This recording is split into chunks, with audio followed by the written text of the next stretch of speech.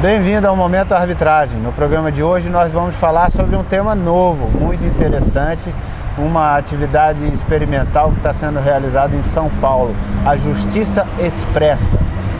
Conheça mais sobre a Justiça Expressa. Fica aqui comigo e acompanhe.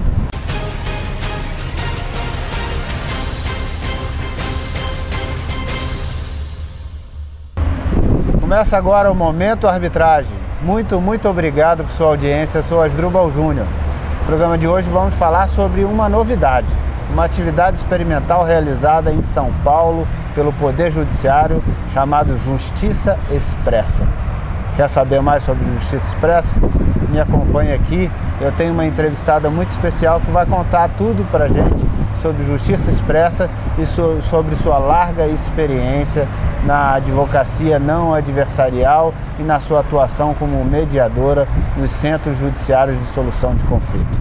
Estou com a doutora Cláudia Dalmaso Lino, que é advogada, integrante da Comissão de Mediação e Arbitragem da OAB de São Paulo, e várias outras qualificações, especialista em mediação e arbitragem, também formada em São Paulo pela FMU e várias outras qualificações. Eu vou deixar que ela complemente também as informações que ela deseja. Doutora Cláudia, muito obrigado pela sua entrevista, por aceitar o nosso convite, e a gente quer conversar um pouquinho sobre Justiça Expressa. Conta isso pra gente, conta também sobre um pouco da sua experiência na advocacia não adversarial, o porquê que você foi seduzida para atuar nessa área e qual é o seu papel nos centros judiciários de solução de conflito.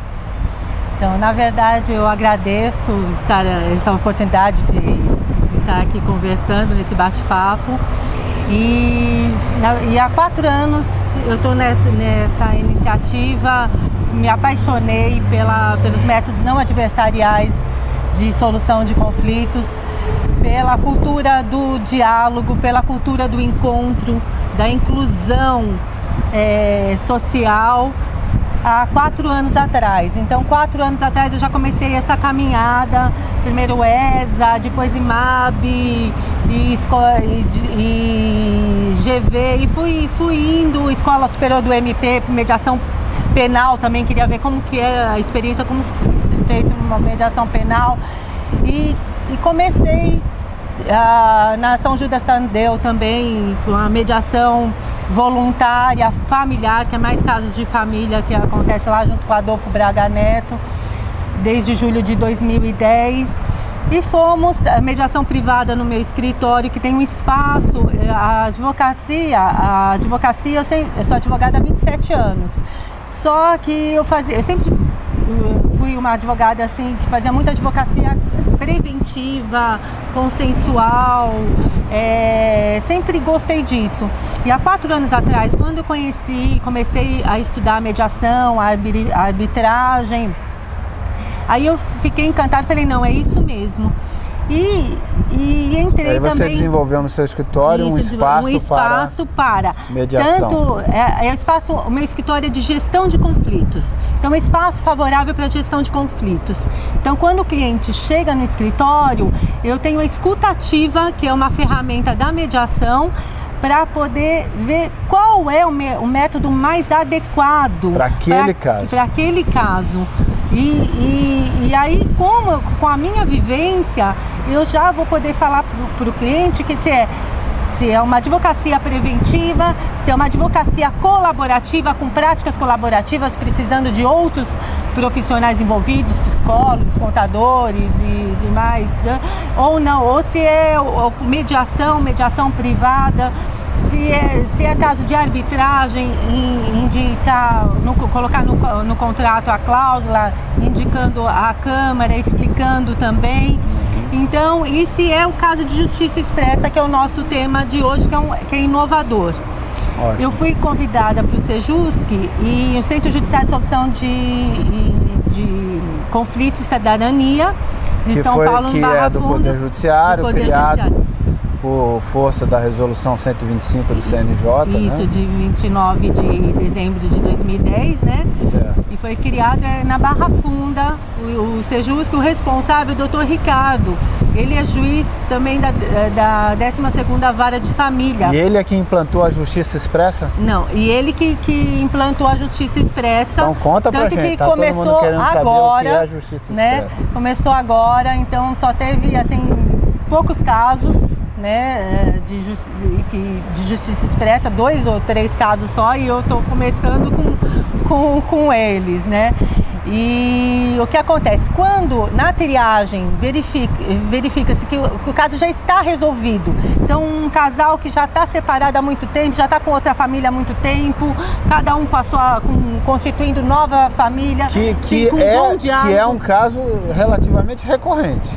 Quando a gente está falando de questões de família, porque muita gente separa de fato e não formaliza. Isso. E cada um vai viver a sua vida, naturalmente constitui nova família, etc. Ou seja, caminha, amadurece um novo caminho e estabelece uma situação que é irreversível, que não tem volta e que ninguém quer mais isso, que é apenas uma burocracia de formalizar uma separação, mas às vezes envolve filhos menores que não pode ser feito em cartório, então precisa de um procedimento mais expedito, mas que não percorra todas aquelas fases do procedimento normal. Por isso, Justiça Expressa? Então, a Justiça Expressa, a percepção, a triagem, que o profissional, que olhar que eu tenho que ter para ajudá-lo, né? Ajudar a pessoa a enxergar se é o caminho de Justiça Expressa.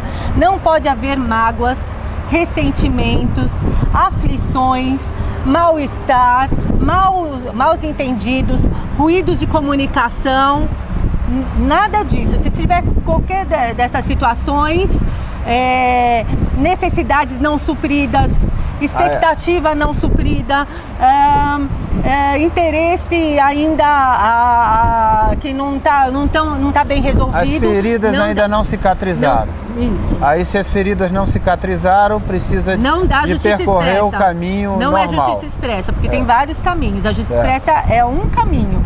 Esse caminho é igual eu falo assim, resolução de conflitos, a flechinha para vários caminhos. Certo. Então, esse caminho é para quando a pessoa está bem resolvida mesmo, a todas as partes envolvidas. As feridas cicatrizaram. Isso. E elas estão administrando bem os conflitos, porque o que é o conflito? O conflito ele pode ser administrado de forma positiva, construtiva, colaborativa ou negativa, destrutiva.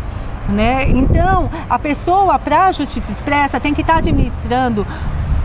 Lógico, tem um conflito, todo mundo vive de conflitos, nós vivemos em conflitos, mas sabendo administrar com aquele conflito da separação de forma construtiva, colaborativa, bem resolvido. Então está bem resolvido, tem bom diálogo, não precisa o trabalho de um conciliador, não precisa o trabalho de um mediador, e não precisa ter reuniões, não precisa nada disso.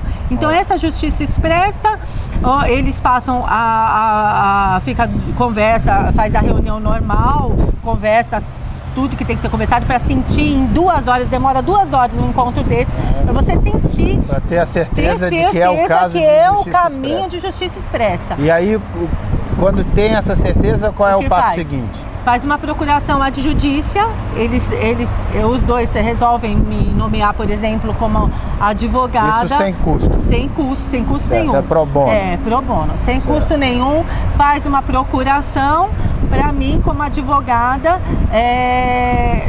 advogada que vou ajudá-los no divórcio consensual na Justiça Expressa.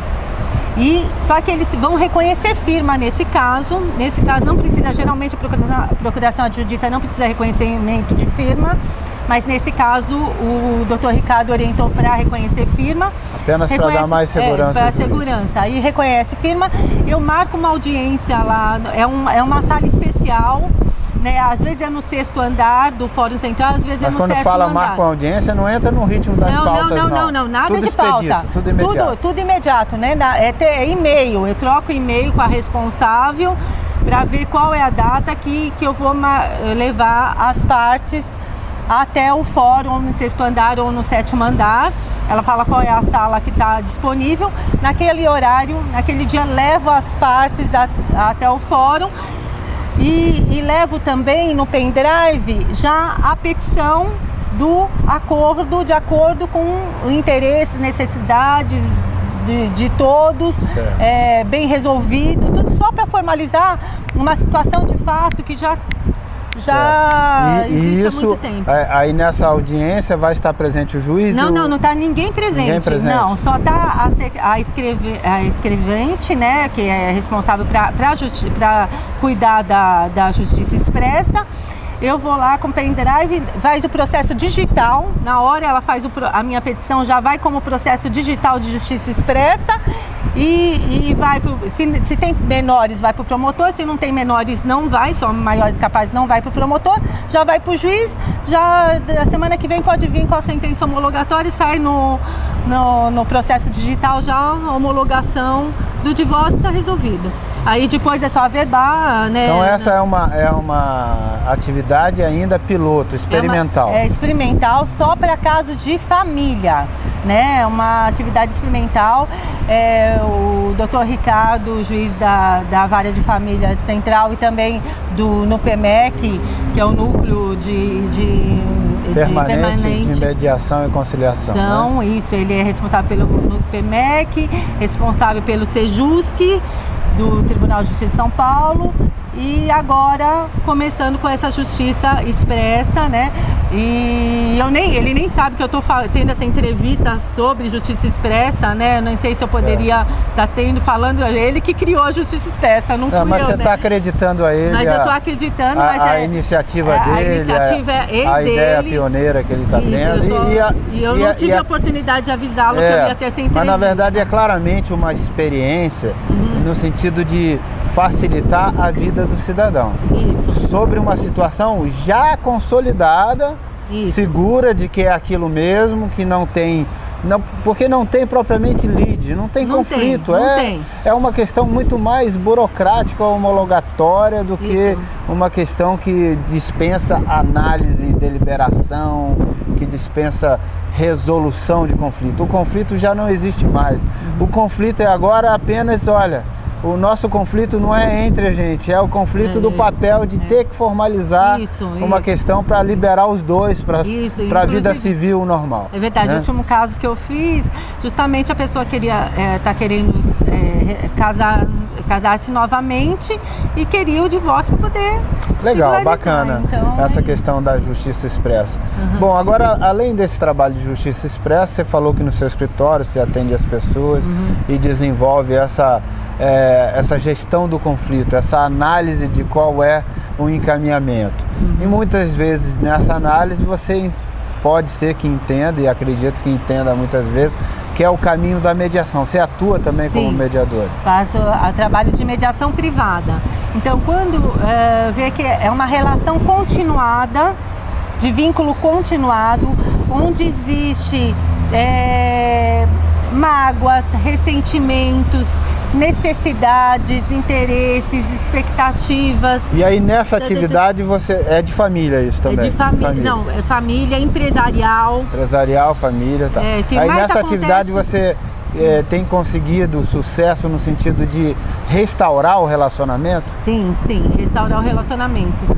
Teve um caso de dois jovens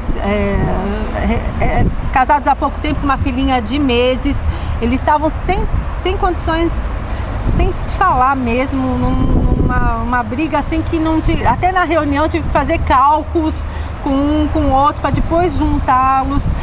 E foi assim, com muita, 2 horas de duração cada reunião de mediação, e eles perceberam que se amam, se gostam, se reconciliaram depois da mediação. É um trabalho importante, até porque mais do que resolver uma disputa, está resolvendo um relacionamento, está restaurando, restabelecendo, ou no mínimo cicatrizando as feridas para que cada um siga a sua vida sem levar consigo mágoas e ressentimentos que sempre fazem mal à vida de todo mundo, né? Então, parabéns por esse trabalho. A gente já está chegando na parte final da nossa entrevista. Quero lhe dar a palavra para as considerações finais. As considerações finais, eu queria falar também das práticas colaborativas, né, que é uma coisa inovadora, é um trabalho inovador. Já estou no grupo de estudo, já faço as práticas colaborativas no escritório. Vai ter um curso agora também em outubro para quem quiser, os advogados que quiserem estar nessa rede, porque é importante que tenha outro advogado que também tem esse espírito colaborativo e tenha também experiências nas práticas colaborativas, porque senão é muito mais difícil. Eu tive um caso de um inventário que eu comecei como advogada colaborativa, mas a outra parte eu tive que conseguir convencê-lo para entrar como advogado colaborativo, porque não dava para fazer mediação, porque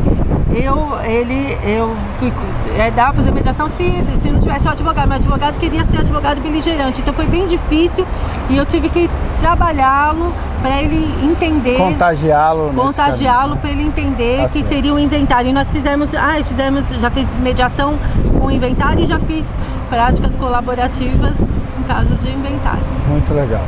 Doutora Cláudia, muito obrigado por sua entrevista mais uma vez. O Momento da Arbitragem está aqui de portas abertas para você. Muito sucesso nessa trajetória importante de difundir a mediação e a arbitragem e as práticas colaborativas. Que você consiga encontrar cada vez mais sucesso nessa trajetória, porque o Brasil precisa de bons exemplos e bons profissionais nessa área também. Obrigada. E você, gostou do nosso programa? Compartilhe nas suas redes sociais. Tem uma dúvida, pergunta, sugestão de pauta, crítica construtiva? Envia para mim. Meu e-mail está aparecendo aí na sua tela. No mais, você já sabe, me encontra aqui no Momento Arbitragem toda segunda e quinta. Um abraço e até o próximo programa.